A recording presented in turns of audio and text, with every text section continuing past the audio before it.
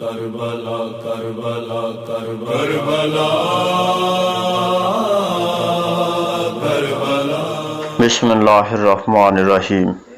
امام جعفر صادق علیہ السلام نے ارشاد فرمایا، جو ہم اہل بیت سے محبت کرتا ہے اور اس محبت کو اپنے دل میں ثابت کرتا ہے، اس کی زبان سے حکمت کے چشمے جاری ہوں گے اور اس کے دل میں ایمان ہمیشہ تازہ رہے گا۔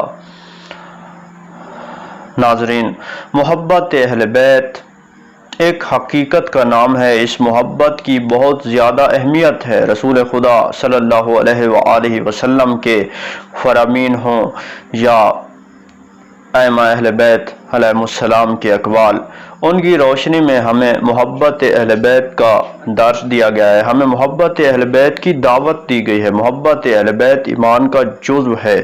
اگر محبت اہل بیت نہیں ہے تو کسی شخص کے پاس ایمان نہیں ہے۔ محبت اہل بیت ایمان کی بنیاد ہے۔ اگر کسی کے دل میں اہل بیت کی محبت نہیں ہے تو اس کا ایمان نہیں ہے، اس کا ایمان کبھی بھی مکمل نہیں ہو سکتا۔ کوئی شخص کبھی بھی صاحب ایمان نہیں ہو سکتا، وہ کوئی بھی شخص کبھی بھی مومن نہیں ہو سکتا جب تک وہ اپنے دل سے اہل بیت کے ساتھ محبت نہ کرے۔ محبت اہل بیت کے تقاضے ہیں۔ محبت صرف زبانی دعووں کا نام نہیں ہے، محبت زبان سے اقرار کا نام ہے، دل سے یقین رکھنے کا نام ہے اور عمل سے اس کو ثابت کرنے کا نام ہے۔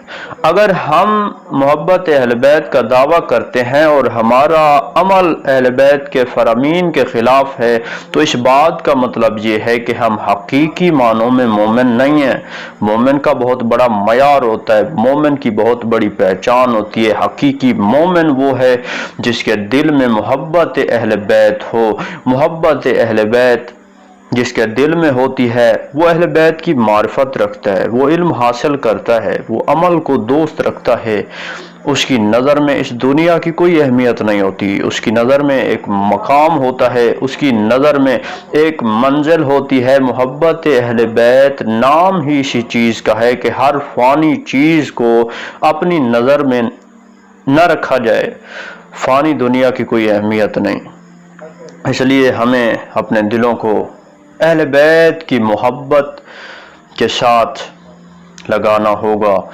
اگر ہمارے دل میں اہل بیت کی محبت نہیں ہے تو سمجھو ہمارا یقین نہیں ہے، ہمارا ایمان نہیں ہے، اور جس کے پاس محبت اہل بیت کا خزانہ نہیں ہے تو وہ علم و حکمت سے بھی حقیقی معنوں میں محروم ہے، کیونکہ علم کے اصل خزانے تو اہل بیت کے پاس ہیں، اور جو اہل بیت کے در سے علم حاصل کرتا ہے وہ بہت بڑی عظمتوں کا مالک ہوتا ہے، کیونکہ صحیح علم اہل بیت رسول کے پاس ہے۔